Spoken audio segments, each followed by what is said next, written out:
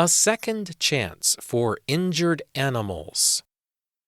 It's a dangerous world out there if you walk on four paws. Every year across Taiwan, hundreds of cats and dogs break their legs in road accidents. However, it's often too expensive to make wheelchairs for these animals. Instead, many of them have to be put down. A couple in Hsinchu is trying to do something about that, though. Pan Chia and his girlfriend, Lin Chun, make special wheelchairs for animals that need them. Pan and Lin started out in 2008 after almost experiencing an animal tragedy.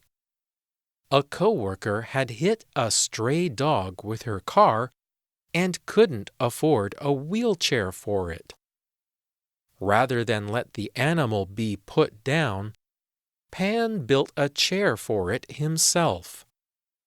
His design was so successful that he decided to use it for other animals in need.